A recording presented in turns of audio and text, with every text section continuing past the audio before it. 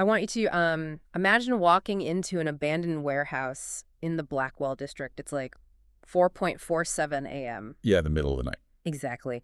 The rain is just absolutely hammering against this corrugated metal roof. Mm. You step inside, the harsh fluorescent lights flicker on, and you are immediately confronted with this bizarre, basically impossible crime scene. Right. It's a completely surreal image. It really is. There is a body perfectly arranged in the Vitruvian spread, so, arms and legs fully extended, and it's inside a precise 9-foot circle of salt. And we should note the victim's chest has been surgically opened. Yes, surgically opened, the heart is missing, but there's absolutely no blood, like anywhere, zero.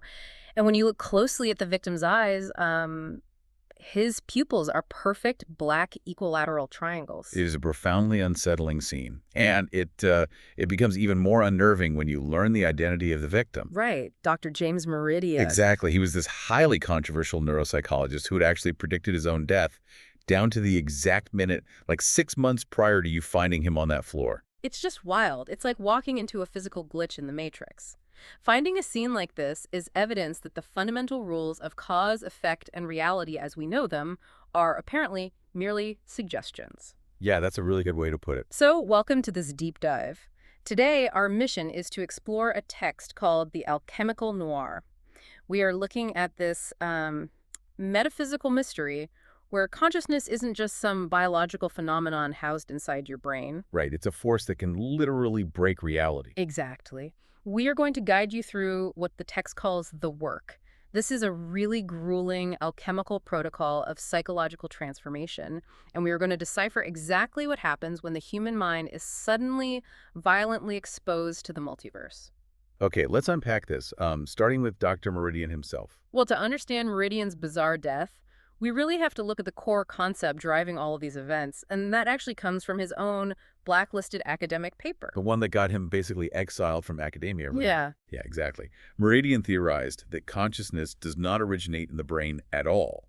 Instead, he argued that the human brain acts as this reducing valve. A reducing valve. Okay, break that down for us. So it takes the infinite, overwhelming reality of the multiverse, meaning, all possible timelines, all possible choices happening simultaneously, and it filters all of that noise down into the narrow, singular, linear timeline that we can actually handle. So the brain is essentially a survival mechanism. It puts blinders on us because if we saw absolutely everything at once, we just couldn't function. Right, we'd be completely paralyzed. I mean, we wouldn't be able to make a cup of coffee if we were simultaneously experiencing a timeline where we dropped the mug, a timeline where we never bought the mug, and 1,000 other variations. Exactly.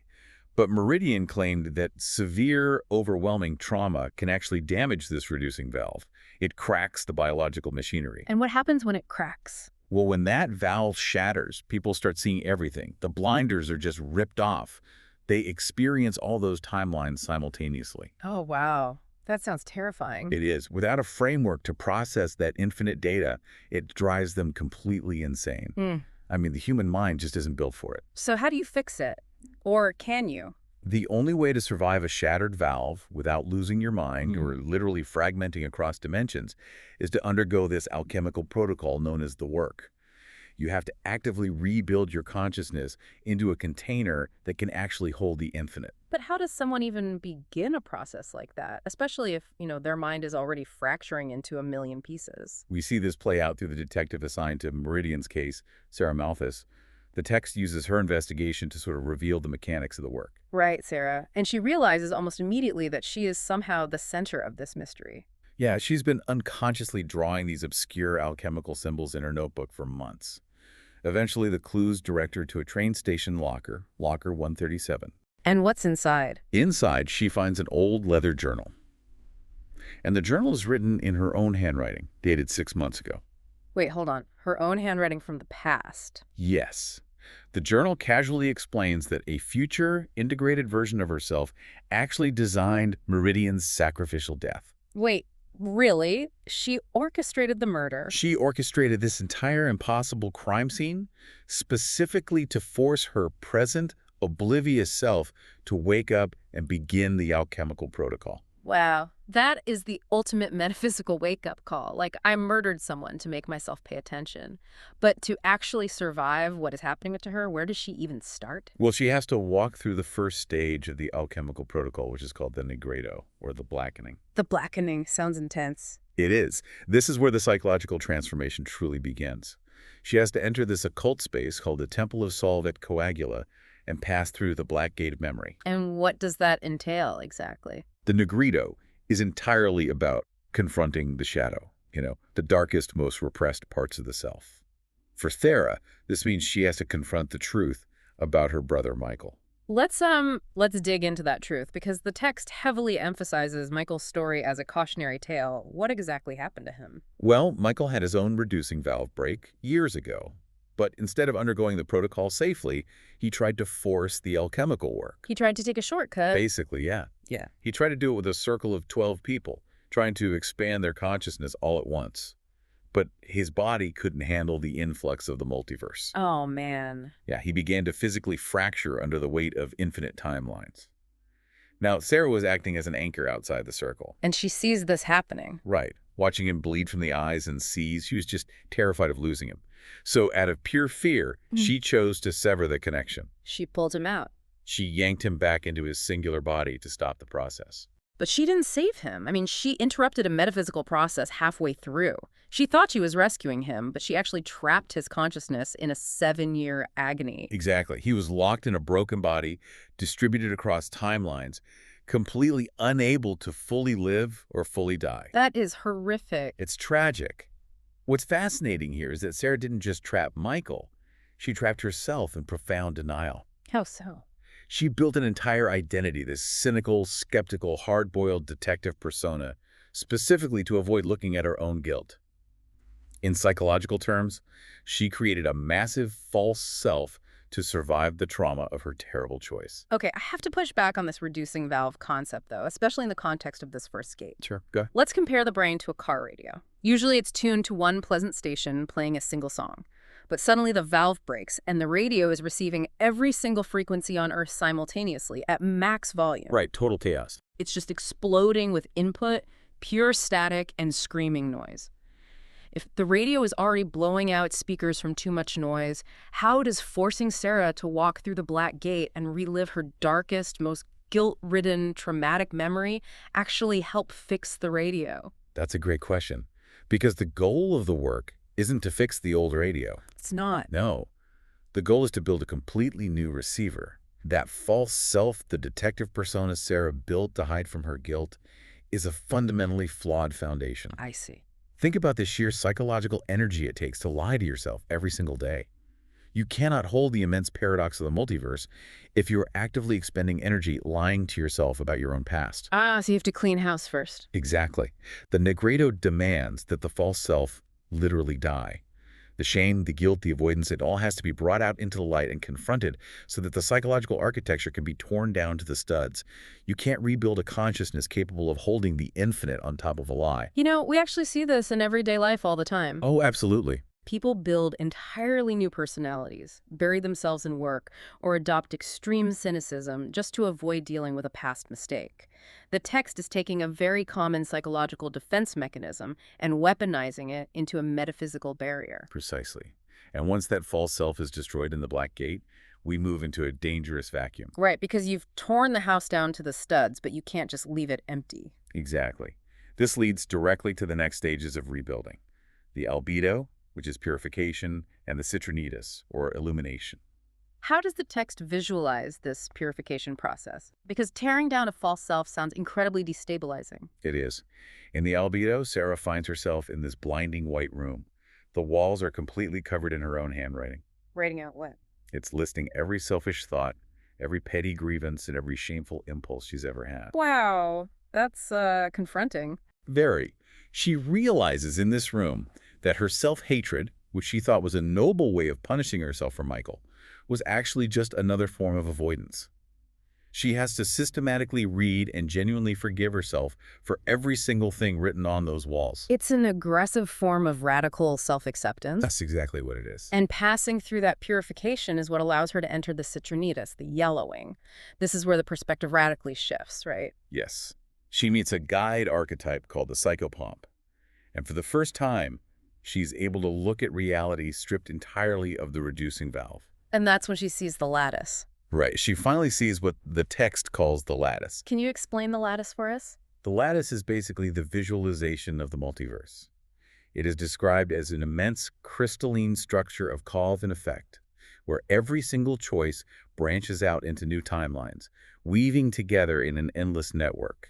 I keep picturing the lattice like a massive, infinite cosmic internet, all these nodes and wires connecting everything. That's a perfect analogy. And looking at this structure, Sara sees her past choice with Michael in a horrifying new context.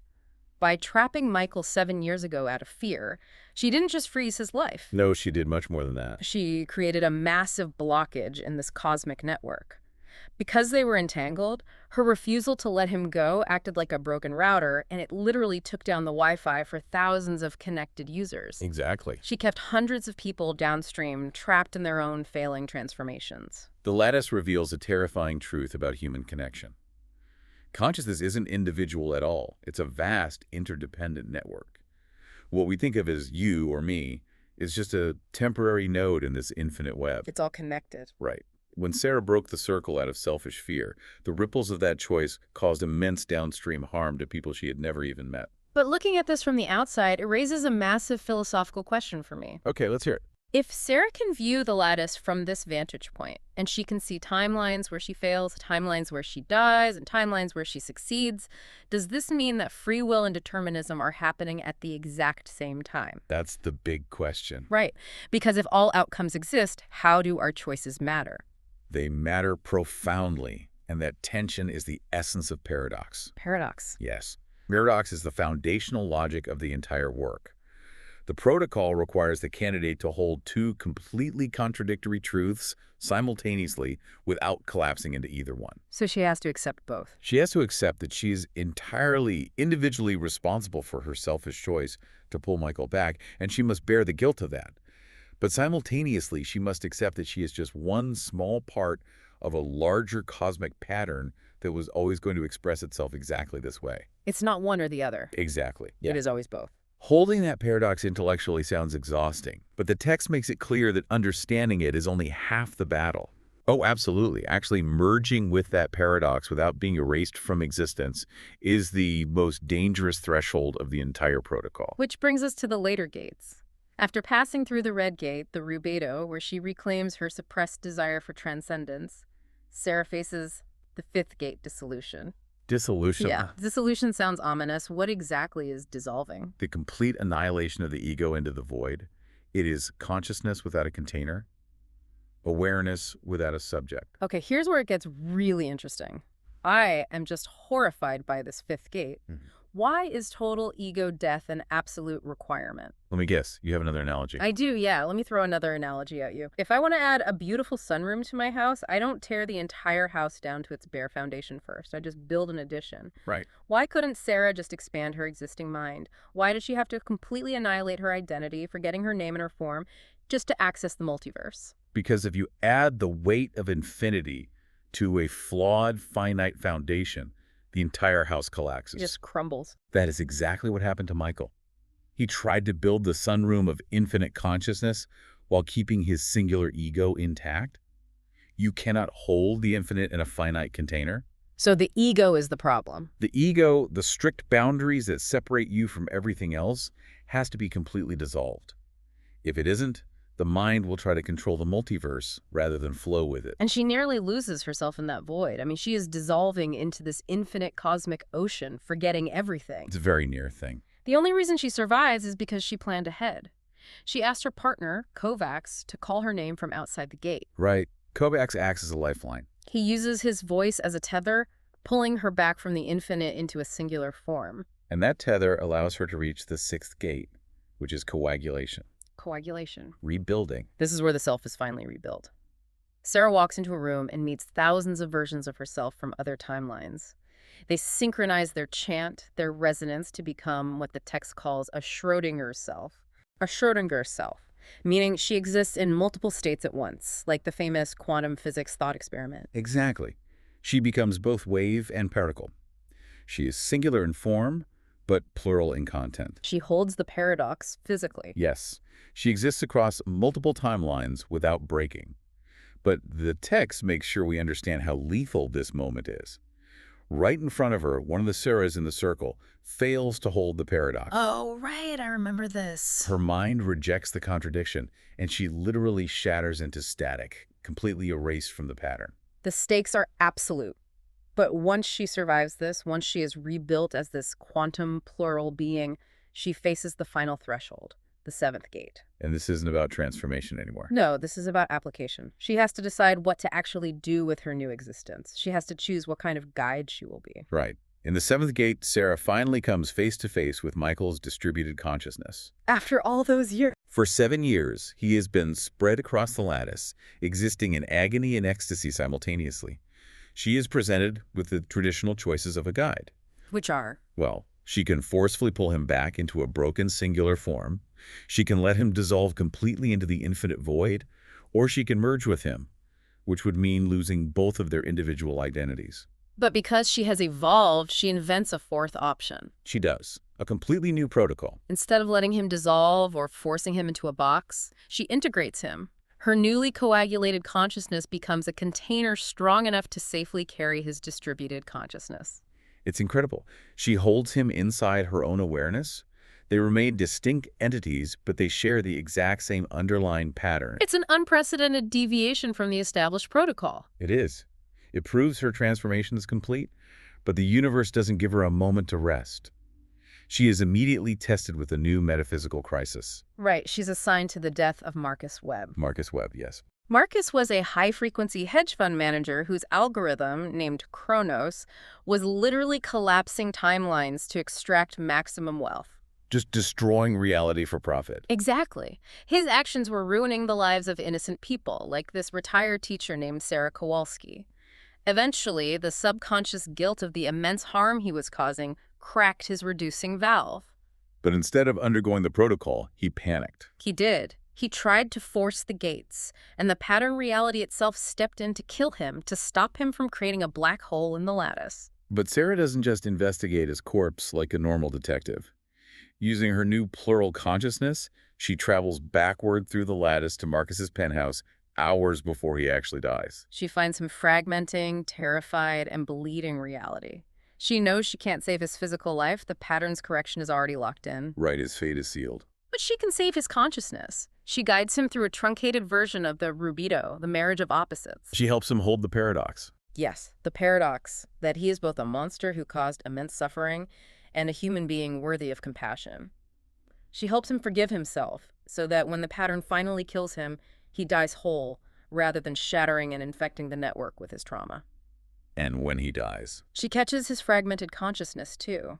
She integrates Marcus alongside Michael. If we connect this to the bigger picture, we finally see the true burden of the guide. A burden, yeah. The deep dive ends with Sara visiting Catherine Voss, an older, retired metaphysical detective who lives in a house that defies physical geometry. Voss reveals that her internal architecture has expanded over the years to house 47 failed, fragmented consciousnesses. That is a terrifying revelation. It's like having a smartphone that is running massive, corrupted, heavy-duty apps in the background constantly. That's exactly what it feels like. Eventually, no matter how strong the processor is, the battery is going to drain, the phone is going to overheat, and it's going to catch fire. Is this the tragic fate of all guides? To just become walking hard drives for broken souls until they themselves shatter under the unbearable weight? It is an incredibly heavy burden, but it comes back to the math of compassion. As Michael tells Sara earlier in the text, you cannot save everyone, but saving someone matters infinitely to that person. Saving someone matters infinitely. Yes. The work doesn't end with personal enlightenment. Enlightenment isn't a vacation you get to take away from the world. No, it's a job. Exactly. The work ends with service to the pattern. Guides carry the broken, because if they don't, the noise and agony of those shattered consciousnesses infect the entire lattice. The guides essentially become the immune system for reality itself. Wow. So we've gone from a bizarre, bloodless crime scene with triangular pupils and an abandoned warehouse to the very edge of human consciousness. It's quite a journey. We've seen how unresolved trauma can literally break the mechanism that keeps reality stable. We've walked through the grueling alchemical gates required to tear down the false self and rebuild a quantum mind. And we've explored the lattice. The crystalline network that connects every choice and every consequence.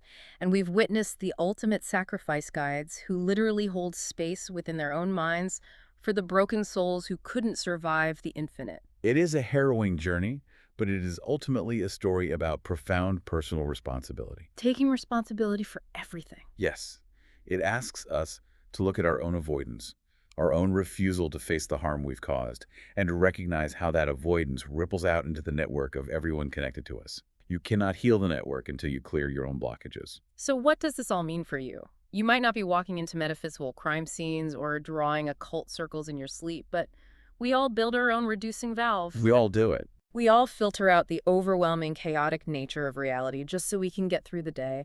We all carry the ghosts of our past choices, and we all have our own black gates of guilt that we refuse to open. We build false selves. Exactly. Personas of competence or cynicism or humor to protect us from the things we can't forgive ourselves for doing. The central question the text leaves us with is whether we have the courage to voluntarily dismantle those false selves, to walk through our own Nigredo, before the valve breaks on its own under the weight of a crisis. Which brings us to a final, lingering thought for you to explore on your own. We started by talking about a physical glitch in the matrix, the illusion of a clean, singular reality. All right. But what if the voice in your head right now, the one you call you, the one processing this exact sentence, isn't a singular identity at all? What if it is a plural consensus of countless timelines, holding its breath, and the only thing keeping you from seeing the vast crystalline lattice connecting us all is your own refusal to open the door?